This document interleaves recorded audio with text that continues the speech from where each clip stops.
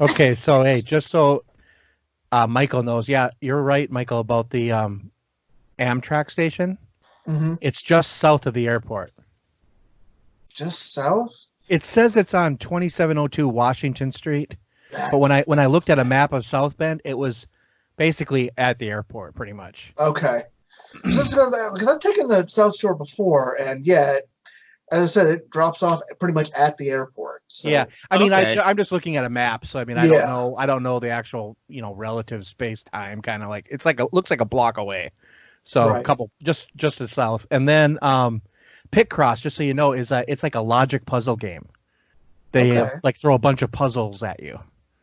So like I, in theory, I love puzzle games like that, Yeah. Hmm. but I always play them for a little bit and then get pissed off at one and just set it down and never come back to it.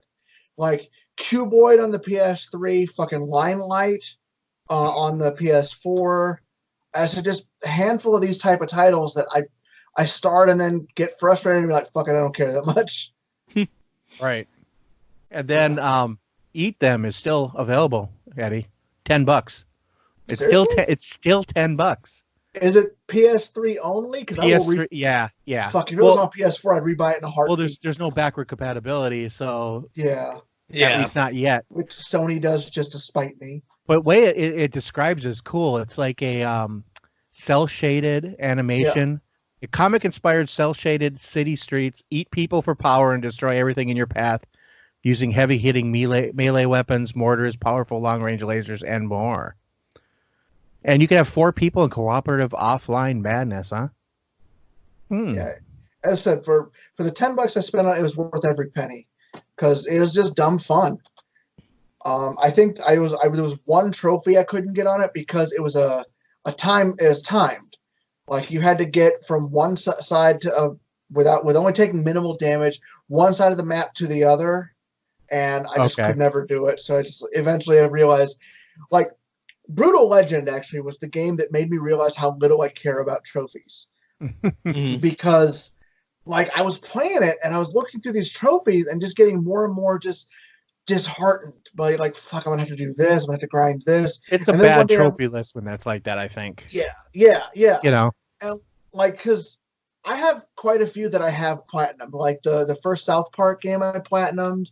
Sure. Um one of the Tekkens, I don't even remember which one at this point. I accidentally platinumed that one. Couple others, like I said, I think I platinumed Darksiders 2 and 3. But like I said, it just for a while I was trying to find a way to actually block it to where I couldn't even see it because I don't care. Oh, you can stop notifications like from Yeah, coming up on trophies. I mean, that's about all I think, right? I think so. Yeah, Yeah, I know a lot of people that do that. They don't even care. yeah, But then I know people that are like real trophy whores too. So kind of yeah. like a weird combo. Okay.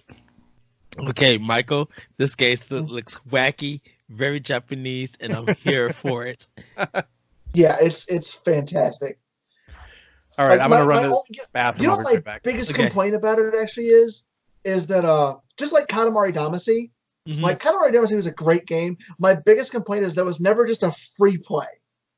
Yes. Yeah, like and Eat Them is the same way. They should have just given you a whole cityscape and just let you level the entire thing. But there's no mode like that. Also, you know what I want to see? I want to see a Katamari Damacy battle royale. Like, think about it. You like four people or whatever, starting at different corners of the map. You roll up stuff until eventually the goal is who can roll up the other characters. Oh, I could see that happening. Yeah, I could see that happening. it would be a blast. Like, because Katamari Damacy is so fucking weird, but as it's fun. But I always got pissed off at the concept that it's always a timed stage. Just let me play the game. You know, that's all I wanted. I don't know. Ah, yeah, I'm here for this. And I still have my PS3. I just gotta make room to hook it up again. Yeah, I think mine's actually hooked up, but barely at this point. I I literally keep it for a handful of things. Well, that and it's backwards compatible. I actually have the original model, the 60 gig model, that actually has the hardware for a PS2 in it also. The one that you don't need to put, you can't put online. Yeah. And I don't play games online anyway, so. Yeah. Because I have, like I said, I still have my Slim PS3. Hey, do you have the SNES Classic? Yes, the SNES Classic. Yes, Yeah. I do. Do you know if Rock and Roll Racing is on it? I don't think so. But think it because I've been looking. If Rock and Roll Racing is on, I'm going to hunt one of these damn things down. I really have been wanting to play this game, and the only ways it was released on Game Boy, and it was released on Super Nintendo. That's Interplay, right? I think it was Blizzard actually, like early Blizzard. And like I loved the shit out of that game, but as I said, it was never it's never been put on anything else. So I need to hunt it down.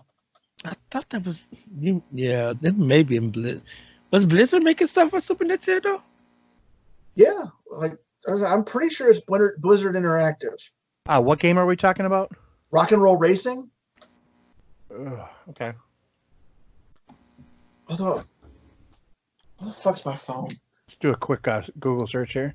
Yup.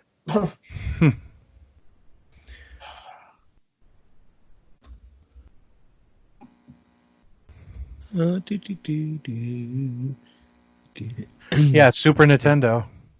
Mm-hmm. It's Silicon and Synapse is the developer. But it was now known as Blizzard.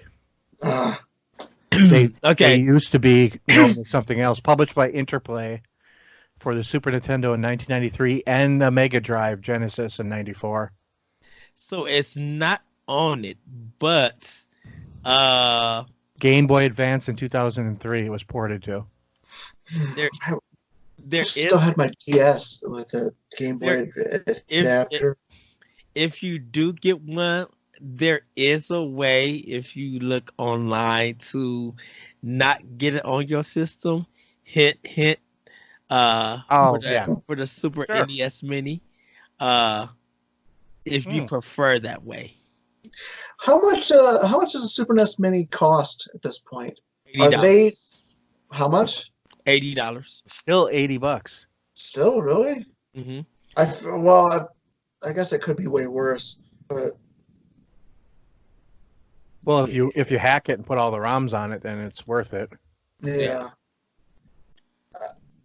Honestly, that's the entire reason I didn't buy any of the classic systems like that, is because there's no actual obviously there's a way to cheat it to put extra shit on there, but I don't like the fact that Nintendo didn't work in a way that you could to add more games to it. I just thought they missed a huge port thing. If they would have just had to have like an online store, and they could have sold these games in like packs.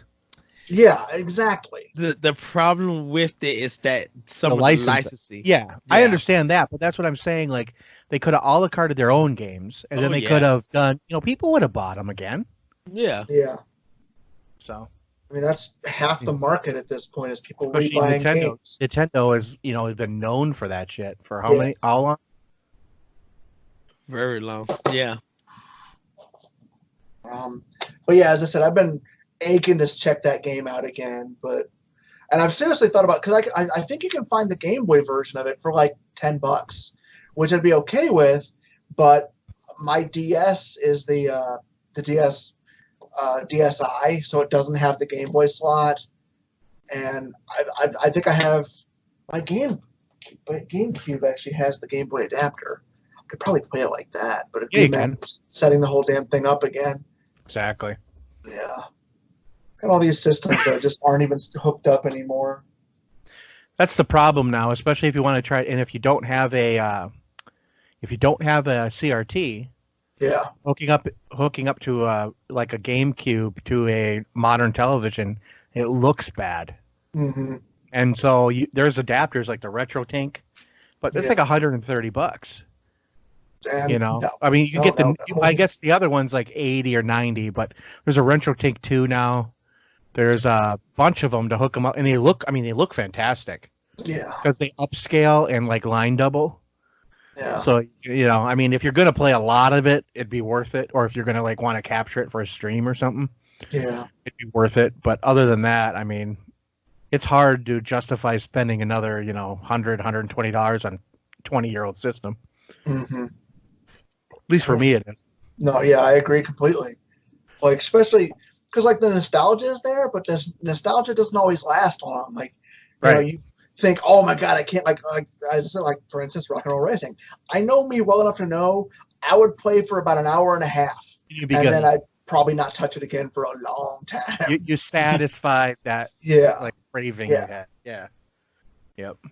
oh yeah, I did the same thing when I on my 3DS when I bought Super Metroid. I think I played for 45 minutes and be like, this is fucking awesome. Put it down. Haven't picked it up since. Yep. Yep.